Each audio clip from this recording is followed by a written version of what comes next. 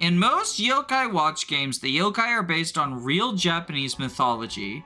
However, when they go to America, they're just based on burgers and cowboy. I mean, burgers and cowboy are our mythology. See, I was gonna make a joke about American gods, but I don't know, I feel icky even alluding to a Neil Gaiman work now. You know, he's doing the Elon thing now. He's using his autism as an excuse for the fact he sexually assaulted people. It's so gross.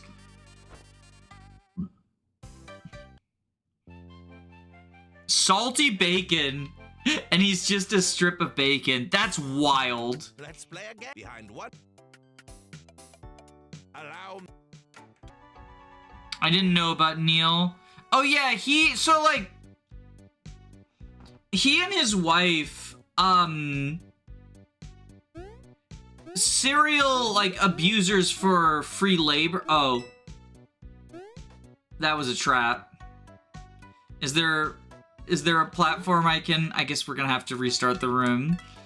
He and his wife are, like, sort of serial abusers for free labor. His wife has made an entire career out of, exploiting, like, fans to get free labor. She talks about, it's like, it's a philosophy for her. And then he, like, sexually assaults the people who are sort of functionally their slaves. It's really fucking gross. All of this is alleged, you know, lawyers for lawyer purposes. But there's so many accounts. Oh, oops. I fall and die.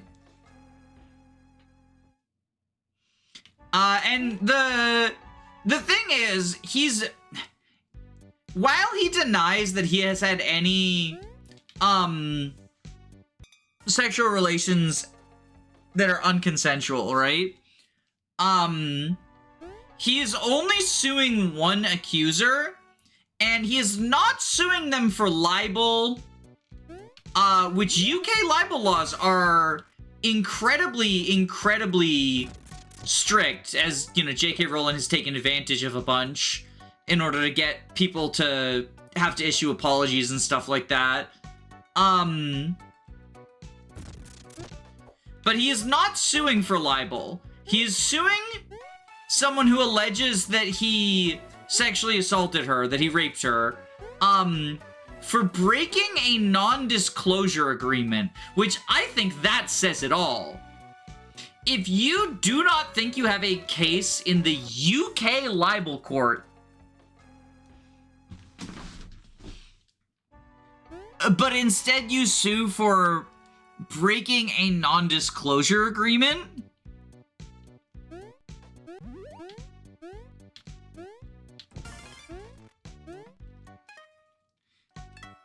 in my mind, that's practically an admission of guilt. Again, all of this is alleged. These are my opinions.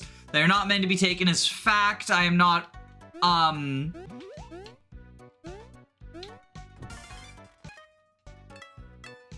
you know, for any lawyers that are listening or watching, let's just say that Neil Gaiman being outed as horrible and abusive made me glad I wasn't a fan of the Sandman comics.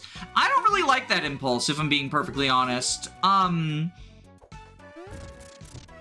It makes me think of the, like, I get, obviously, it sucks, as a fan of a ton of his work, it sucks that, that he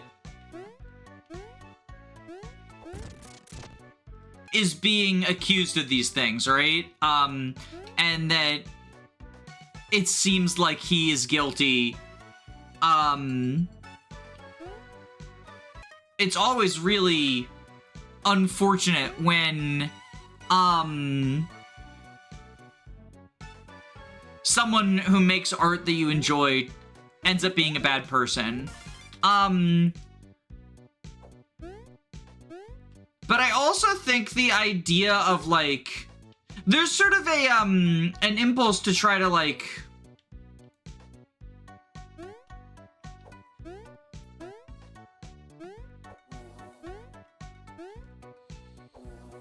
divorce oneself from the art that someone made. I don't know, it feels like...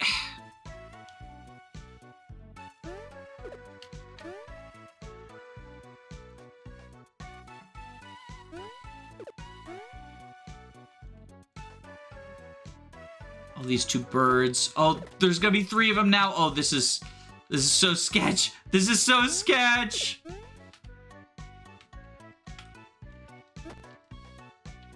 Fuck. Someone being bad doesn't remove the art's value. I mean, that's not even necessarily what I'm trying to get at.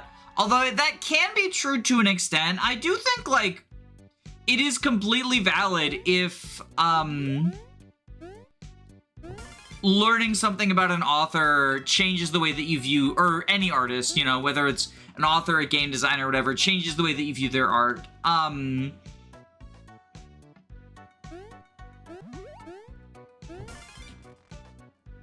I think Gaiman is a case where, a good amount of his, like, the meaning that people draw from his art is going to be changed now. I haven't seen the Sandman adaptation, and I'll be honest, I probably won't.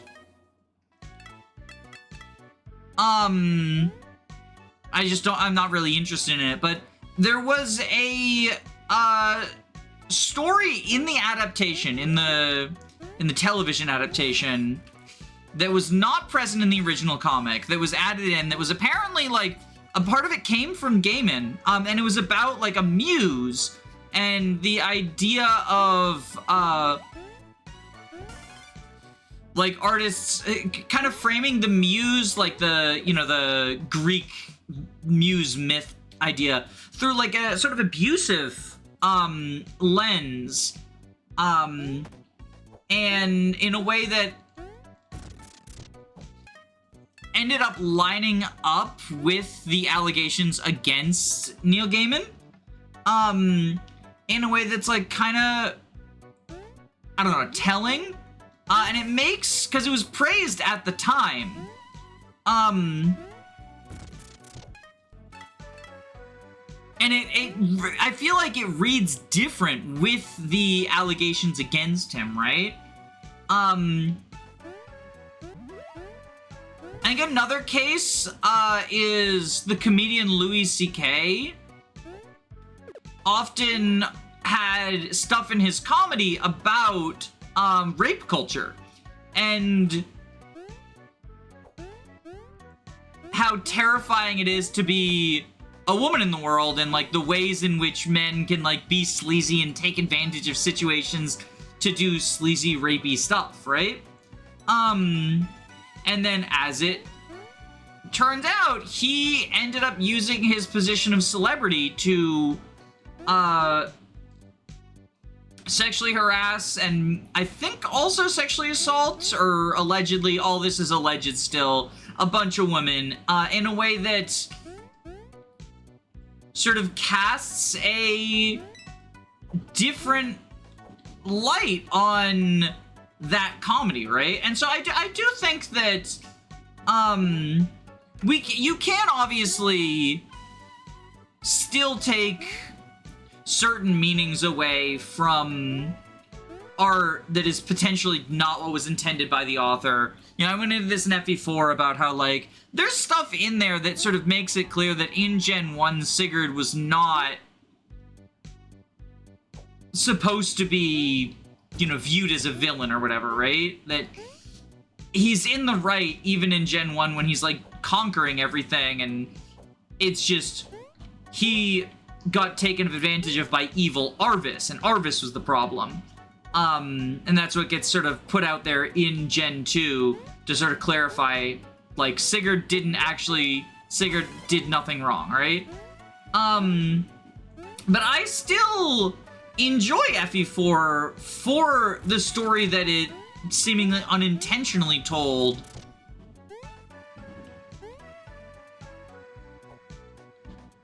of sort of a cross-generational shedding the mistakes of your parents, and you know, we can do better than the generation that came before us. And I think there's a cool message to be taken from it that was just not intended by Shizukaga.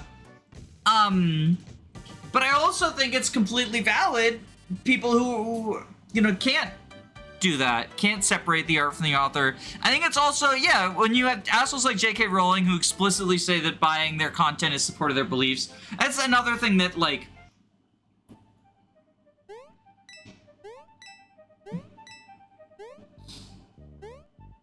that changes it as well. And there's a difference between an author who is literally dead and an author who is alive, right? And a lot of authors have sort of their hateful beliefs present in their works. J.K. Rowling, I mean, forever people have been pointing to how her anti-Semitic and misogynist views are, and racist views are present throughout Harry Potter. Like, it's not just that she tweets, like, I hate trans people. Like, the only East Asian character in Harry Potter is named Cho Chang. The only black character is named Kingsley Shacklebolt. There is a race, the goblins, the goblins are the anti-Semitic. It's the elves that are the slave race, right? There's a race that are just biologically, they want to be slaves, and when, you know, a well-intentioned white person tries to unslavify them, it turns out that's bad because they want to be slaves, right? There's all sorts of shit in Harry Potter that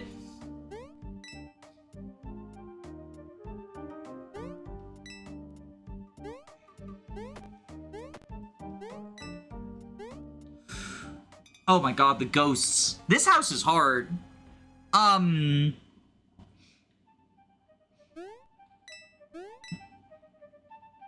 That is, like, icky beyond just it was written by J.K. Rowling. It is reflective of things that she believes in real life, and that we see in the way that she treats black women.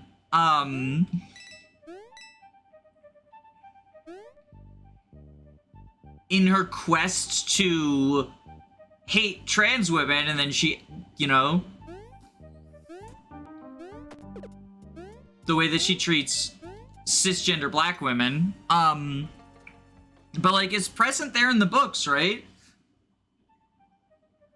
She has a werewolf character who she has said is a she says that werewolfism is a metaphor for AIDS, and then she has a character with what is her metaphor for AIDS, intentionally spread the disease to as many children as he can, right? Like,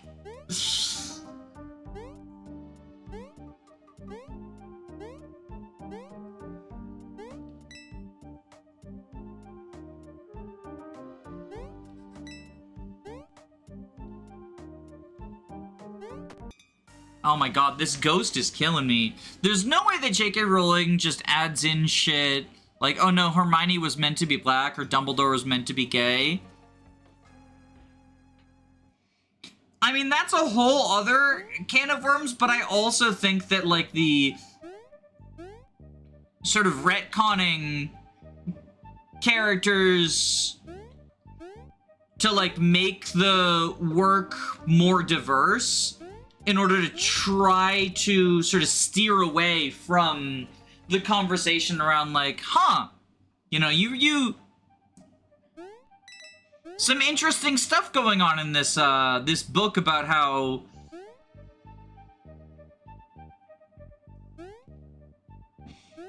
all these evil people are ugly, and what's that? Like, what you named the black character what? You named the East Asian character what? An entire school for all of Africa. Just one school for all of the wizards in Africa. Or no, it's Asia that they have all this. Yeah, they have one school that's just the Asian wizard school. Like, all the European countries get their own wizard school, but then there's the Asian wizard school.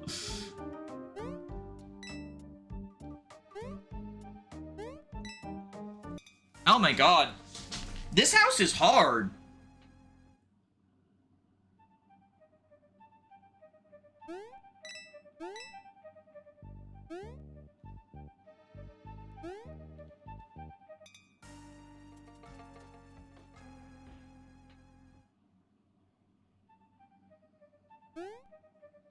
Asia technically has 2 schools in the Harry Potter universe. Is it Africa that only has 1 then? I thought there was, because there is a school that's an entire continent, I thought. I find it weird that J.K. Rowling is so prejudiced despite the plot being fighting race purists. Well, she's, you know, she's racist in a liberal way. And the plot is a very, like, liberal story. It's not progressive just because the evil bad guys are a pretty sloppy Nazi metaphor. Doesn't mean that, like, you know, liberals don't like Nazis either.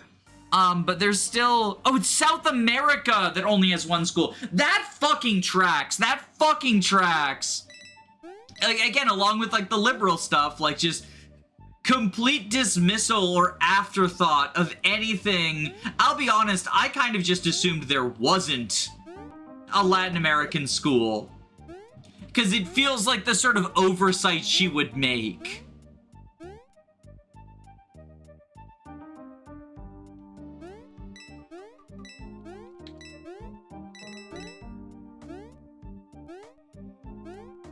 But, like, while in theory you could say, like, oh, you know, the bad guys are sort of a Nazi metaphor, so they're race purists, she did write a world where, like,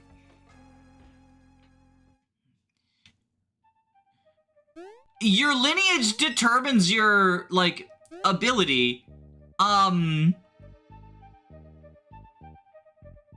Like, I don't know, the whole, like, wizard, the way that being a wizard versus being, like, alright, this is not your lineage. You are born with inherent talent, though, versus, like, what is it, Squib? Is that the thing where, like, is Squib where you're born without magic power, or is that a different thing? There's people like Hagrid or, like, the janitor. Like, it's very telling that the position she puts the 2 characters who are born without magical power and meant to be, like, hashtag one of the good ones are groundskeeper and janitor. And then the janitor's mad that everyone's fucking racist to him. And that he's presented as, like, a grumpy old man because he doesn't like people calling him slurs.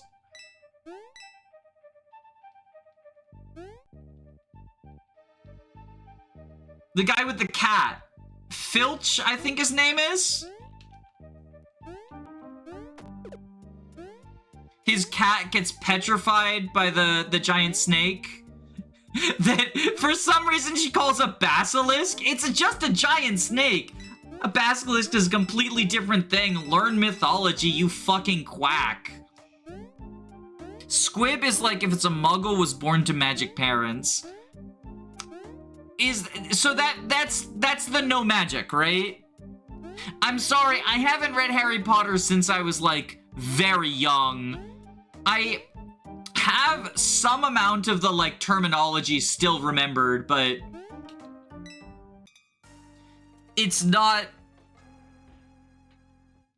I don't know all of the fucking... Like, I know Hufflepuff, Ravenclaw, Gryffindor, and Slytherin. The fucking... You get... As soon as you get to the school, a magic hat determines what fucking trait you have. And one of them is the evil house. Like...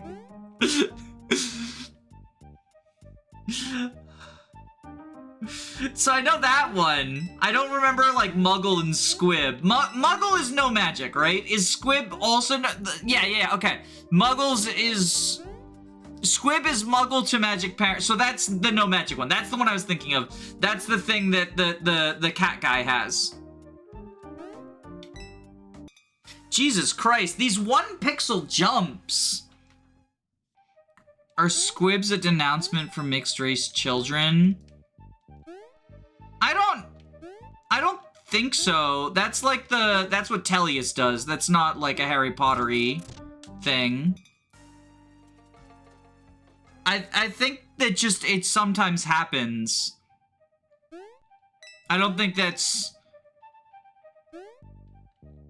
like I don't know. I feel like there's so much to criticize in Harry Potter that I think we can stick to like what's actually there instead of trying to like theorize about maybe what she meant that never made it to the text and has no like, you know?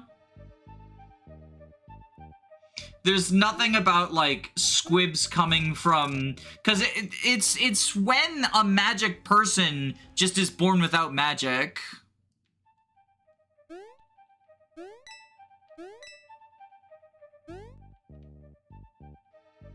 Like, this isn't me saying we gotta hand it to her. I'm just saying let's focus on the stuff that's actually there, right?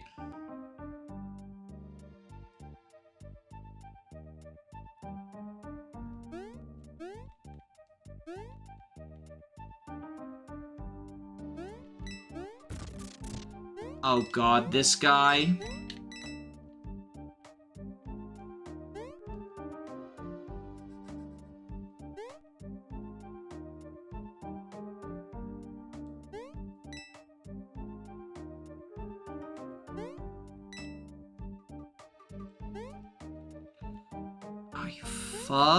You fuck! That ghost right there. That ghost right there, I feel like makes this level 10 times harder than it needs to be.